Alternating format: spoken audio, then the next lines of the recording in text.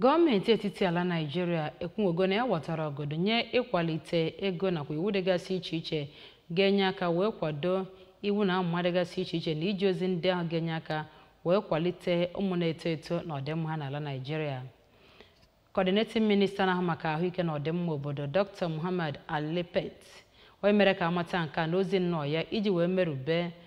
ọgbakọ mba ụwa maka ụmụ na-eto eto nke afọ 2023 nke isiokwu ya bụ na ịgụnye nakwa maka ọdịmma ndị ntorobịa ọdịnihu bụ ugbu a na Abuja. Adaeze Ekwela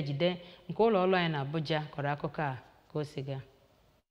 Minista ahụ kwesịrị ike n'inweta ntụkwasị obi ma jidesie akụ obodo ike na ekwesịrị inwe ezi nkwa imechi oghere niile dị n'ihe gbasara uto na mmepe ndị ntorobịa ndị bụ ha bụ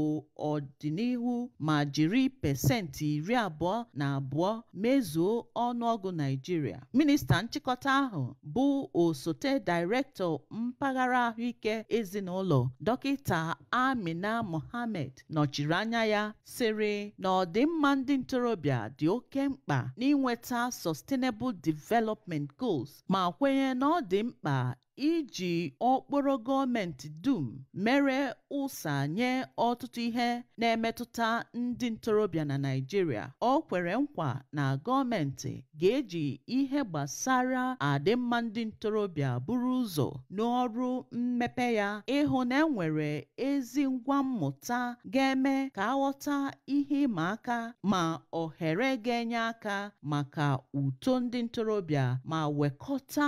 ọnụ ihe niile ga-enye aka ileba anya otu a ga-esi tinye ndị ntorobịa n'ihe bara uru otumadị n'ihe gbasara onwe ha. Otu onye ọrụ onwe Idoko Philip n'okwu ntụnye ya kọwara n'otu njeri na 8 ndị ntorobịa Naịjirịa na-achọ mgbanwe site na ngwa mmụta ha ji ma gbaa ndị ọchịchị na ndị ndu mba ụwa ka ha tinye akatamkpa ego igosi nkwenye ha n'ime ka ihe gbasara ndị ntorobịa buru ụzọ n'obodo ha dị iche iche. Site na Abuja, Princess Ekwi Ajide, akụkọ ụwa ABS.